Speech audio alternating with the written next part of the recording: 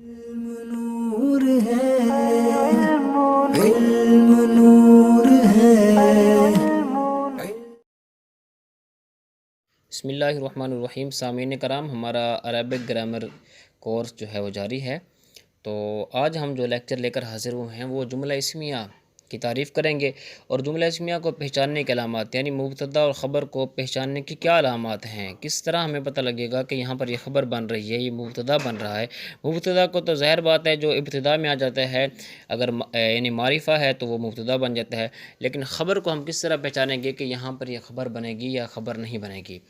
تو لیکچر شروع کرنے سے پہلے اگر آپ ہمارے چینل پر نیو ہیں تو ہمارے چینل کو سبسکرائب کریں، اگر پرانے ہیں تو ہمارے ویڈیو کو لائک بھی کریں اور کمنٹ میں بھی اپنی رائے کا اظہار کریں۔ سامعین، جملہ اسمیہ کسے کہتے ہیں؟ جملہ اسمیہ جس کا پہلا جز اسم ہو وہ جملہ اسمیہ ہوگا۔ اب دوسرے جز کا کوئی فرق نہیں ہے، چاہے دوسرا جز اسم ہو یا فعل ہو، کوئی حرج نہیں ہے۔ پہلا جز اسم ہوگا تو وہ جملہ اسمیہ بن جائے گا، جیسے اللہ سمیع علیم محمد رسول اللہ، اللہ یبسط الرزق لمن یشاء۔ اب یہاں پر اللہ پہلا جز اسم ہے، آگے سمیع علیم یہ خبر بن جائے گی۔ محمد رسول اللہ پہلا جز اسم محمد یہ اسم ہے، اور رسول اللہ اس کی خبر بن جائے گی۔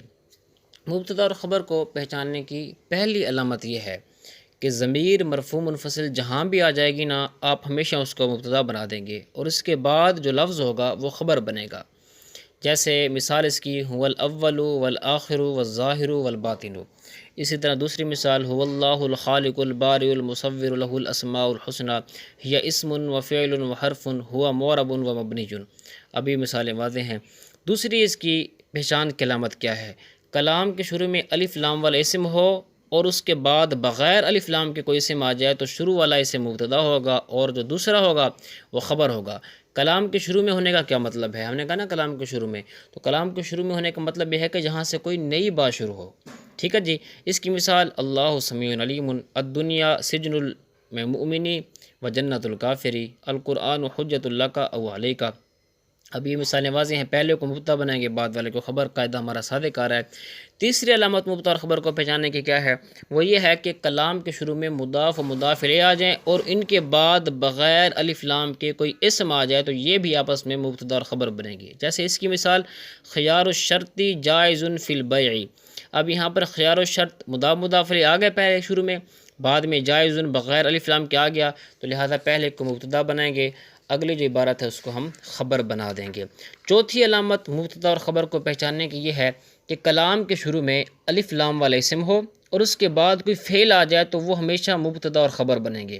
جیسے البیع ینعقد بالایجاب والقبول، النکاح ینعقد بالایجاب والقبول۔ اب البیع الف لام والا اسم آ گیا، اس کے بعد ینعقد فعل ہے تو البیع کو مبتدا بنائیں گے، آگے ینعقد پورا جملہ مل کر یہ خبر بن جائے گی۔ پانچویں علامت مبتدا اور خبر کو پہچاننے کی یہ ہے کہ کلام کے شروع میں الف لام والا اسم ہو اور اس کے بعد جار مجرور آ جائیں تو یہ بھی ہمیشہ مبتدا اور خبر بنیں گے۔ اس کے لیے شرط یہ ہے کہ اس جار مجرور کے بعد کوئی اور لفظ خبر بننے کی صلاحیت نہ رکھتا ہو، جیسے الشرکۃ علی ضربین۔ اب یہاں پر الشرکۃ کو مبتدا بنا دیں گے، اس کے بعد جار مجرور آ گئے، یہ ظرف ان کو ہم مستقر کر کے خبر بنا دیں گے۔ ٹھیک ہے جی۔ اس کے بعد جیسے مثال اس کی دوسری لے لیں، الطلاق علی ثلاثۃ اوجہ، الصلح علی ثلاثۃ اضرب۔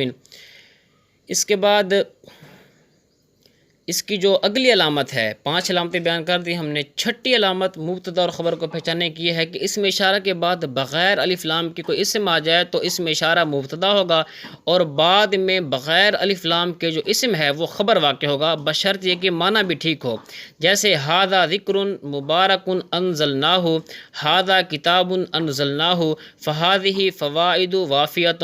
اب یہاں پر دیکھ لیں، ھذا اسم اشارہ، اس کے بعد ذکر الف لام کے بغیر اسم آ گیا تو ہم ھذا کو مبتدا بنائیں گے، ذکر کو خبر بنائیں گے، معنی میں بھی کوئی خرابی لازم نہیں آ رہی۔ اسی طرح 7ویں علامت کیا ہے مبتدا اور خبر کو پہچاننے کی؟ کہ کلام کے شروع میں جار مجرور آ جائے تو وہ خبر مقدم ہوگا اور بعد والا اسم مبتدا مؤخر ہوگا۔ جیسے اس کی مثال للہ ما فی السماوات و ما فی الارض، یہ مثال واضح ہے۔ 8ویں علامت مبتدا اور خبر کو پہچاننے کی کیا ہے؟ کتابوں میں جتنے بھی عنوانات آپ کو نظر آئیں وہ عام طور پر خبر بنتے ہیں مبتدا محذوف کے لیے، یا وہ خود مبتدا ہوتے ہیں اور ان کی خبر محذوف ہوتی ہے۔ جیسے ہم پڑھتے ہیں کتاب الصلاۃ، کتاب الطہارت، کتاب الحج، یہ جتنے بھی عنوانات ہوتے ہیں نا، یا تو یہ مبتدا بنتے ہیں خبر محذوف کی، یا پھر یہ مبتدا محذوف کی خبر بنتے ہیں۔ 9ویں علامت مبتدا اور خبر کو پہچاننے کی یہ ہے کہ نام کے بعد کوئی اسم بغیر الف لام کے آ جائے، خواہ وہ اسم معرفہ ہو یا نکرہ ہو، تو یہ بھی آپس میں مبتدا اور خبر بنیں گے۔ جیسے اس کی مثال واللہ علیم بذات الصدور، محمد الرسول اللہ، ابراہیم خلیل اللہ، اسماعیل ذبیح اللہ، موسیٰ کلیم اللہ، عیسیٰ روح اللہ، آدم صفی اللہ۔ مثالیں واضح ہیں۔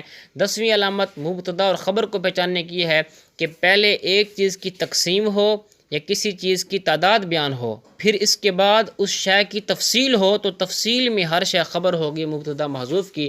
جیسے مثال اس کی الاسم علی نوعین معرب و مبنی۔ اب یہاں پر معرب، اور پہلے کہا نا الاسم علی نوعین، پہلے اب یہاں پر تقسیم ہو رہی ہے کہ اسم دو قسموں پر ہے، پھر تفصیل بیان کر دی کہ وہ معرب اور مبنی ہے، تو معرب اور مبنی دونوں احدہما کی یہ خبر بنے گی۔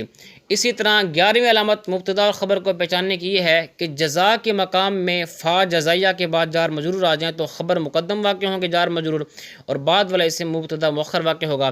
جیسے من جاء بالحسنۃ فلہ عشر امثالھا، اب یہاں پر لہو جار مجرور، یہ خبر مقدم ہوگا، بعد والا اسم اس کی مبتدا مؤخر بن جائے گا۔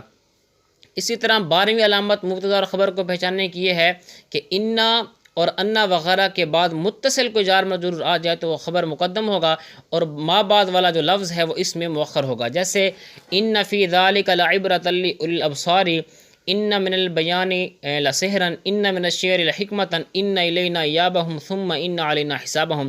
یہ مثالیں میں واضح ہیں۔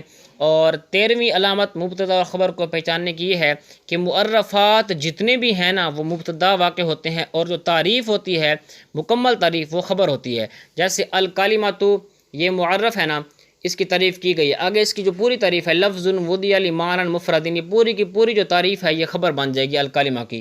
اسی طرح الکلام، یہ معرف ہے، اس کی تعریف کی جا رہی ہے، آگے ما تضمن کلمتین بالاسناد، جو پورا کا پورا آگے عبارت جو ہے وہ اس کی خبر بن جائے گی۔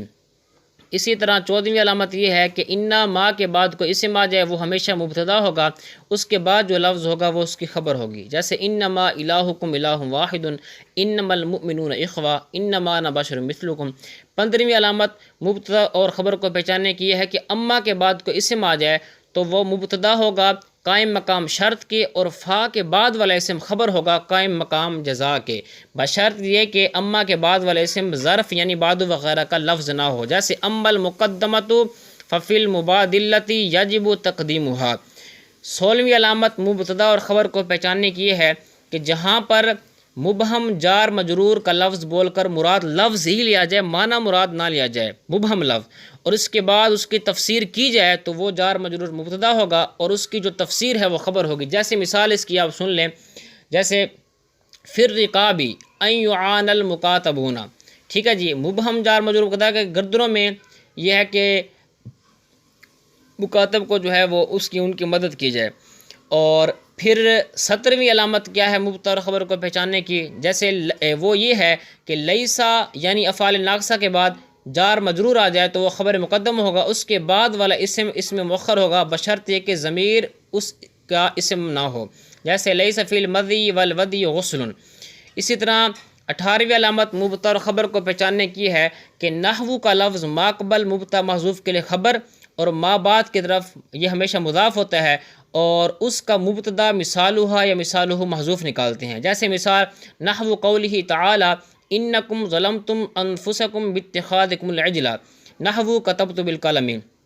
19ویں علامت مبتدا اور خبر کو پہچاننے کی یہ ہے کہ مبتدا کے بعد فعل آ جائے تو وہ فعل اس کی خبر بن جائے گا۔ جیسے مثال واللہ خلق کل دابۃ من ماء، یہ مثال واضح ہے۔ 20ویں علامت مبتدا اور خبر کو پہچاننے کی یہ ہے کہ مبتدا کے بعد ان آ جائے تو وہ ان مع الفعل بطویل مصدر ہو کر خبر بن جائے گا مبتدا کے لیے۔ جیسے افضل الصدقۃ ان تشبع جائعا۔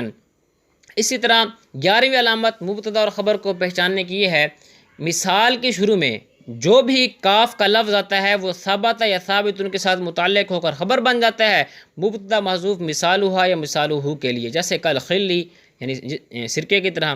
اور جو استناف جہاں پر جملہ مستانفہ شروع ہوتا ہے اوپر نشان بنا ہوتا ہے ایسے سین کی طرح، تو یعنی یہاں سے یہ نئی بات شروع ہو رہی ہوتی ہے نا جہاں سے، وہاں پر یہ علامت ہوتی ہے۔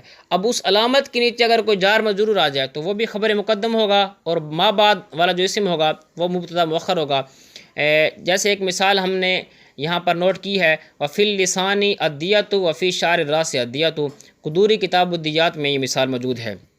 13ویں علامت مبتدا اور خبر کو پہچاننے کی، حرف بول کر اس سے مراد حرف کا لفظ ہی لیا جائے، معنی مراد نہ لیا جائے، اور اس کے بعد ایسا جار مجرور آ جائے جو اس حرف کے اصطلاحی معنی کو بیان کر رہا ہے، تو یہ بھی آپس میں مبتدا خبر بنیں گے۔ جیسے فَإِن لِلِاسْتِقْبَالِ، لَن لِتَأْکِیدِ، نفی المستقبلی، ان للشرط والجزاء۔